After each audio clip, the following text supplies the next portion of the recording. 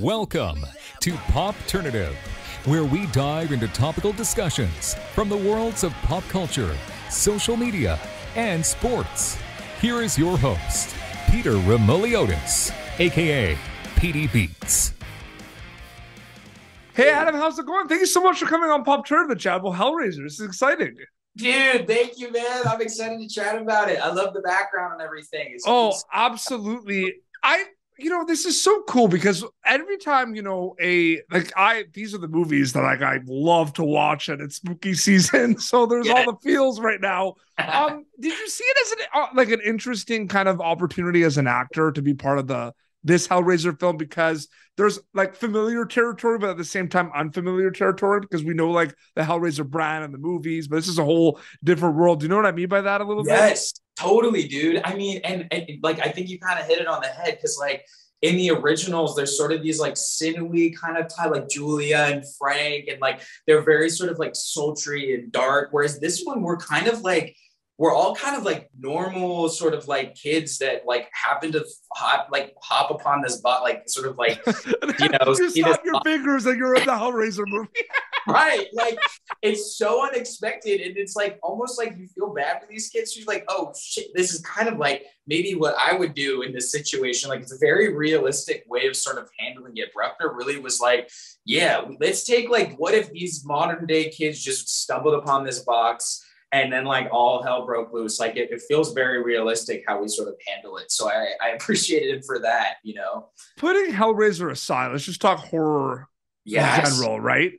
What is the mindset working in the genre, knowing that this is the biggest art? Like one can make an argument, this is the biggest the genre has ever been. Like it's insane right now. Right. It really is. I mean, it's truly a beautiful time to be alive for horror right now. I have to say, like, I just saw Barbarian, Pearl. Oh my God, Mia Goth is freaking transcendental, man. She's so freaking good. Like, oh God. And, and then just seeing these like movies, and then also getting to be a part of this one, especially just because of the IP, it's almost sacred, and I feel like Bruckner took so much time with it. I think he understood the assignment. He's like, I know people are going to expect me to try to make some remake, but I'm actually going in a whole different direction, and I'm doing a reimagination, but it's not supposed to be the old, like the old Hellraiser. It's just a new movie.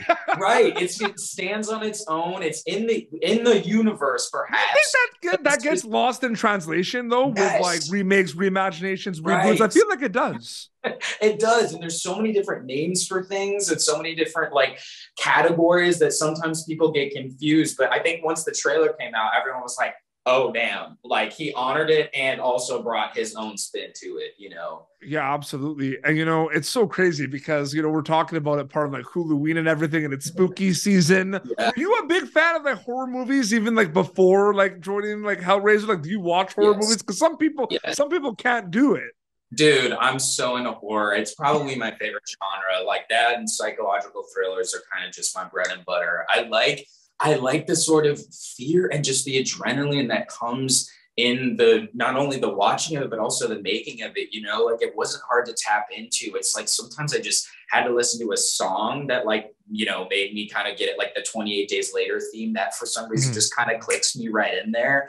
And I'm just ready to go. I know a lot of people, it can be kind of terrifying, but I say what's kind of nice about this one too, is it's like, like we invite people in that haven't been a part of the Hellraiser world either. Like you don't have to go in knowing all of the lore of every 11 movies that there's been, it's just like, a general knowledge is great, but if you don't, we invite you to come in and watch with us too. When you're officially cast for this, there's gonna always be kind of the overwhelming, a little bit of pressure. Like it's Hellraiser, it's a big deal, but I'm sure the excitement just overcomes the pressure.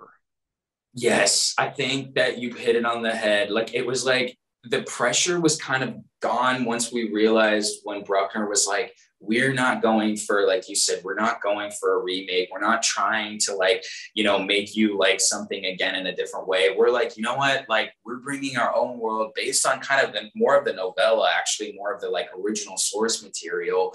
And like, you know, we invite you to like try something new, you know, from this universe. And then once that kind of came, it dissipated that. And I feel like I kind of just went, I personally, me, I went and I just rewatched not only the first ones, but also like all like, you know, like 10 after that as well. So a lot of source material. Source material, man. And he's like, you don't have to do this, Adam. But I was like, I want to do that. I want to listen to the novella narrated by Clive Barker with his funny monotone voice. I wanted to fully immerse myself so that it felt like foolproof when we got on set. Like I felt the world when we got in there. And I mean, practical effects, you know, made it also so much easier too to have the world all fleshed out there. 100%. Hellraiser is going to be streaming on Hulu. Adam, so amazing to chat with you. Thank you so much for your time. Thank you, Petey, man. Thank you. Thank you for tuning in to Popternative. Make sure to check out our past episodes of Popternative on YouTube. Be sure to like Popternative on Facebook and follow us on Twitter. This has been an Autograph Communications production.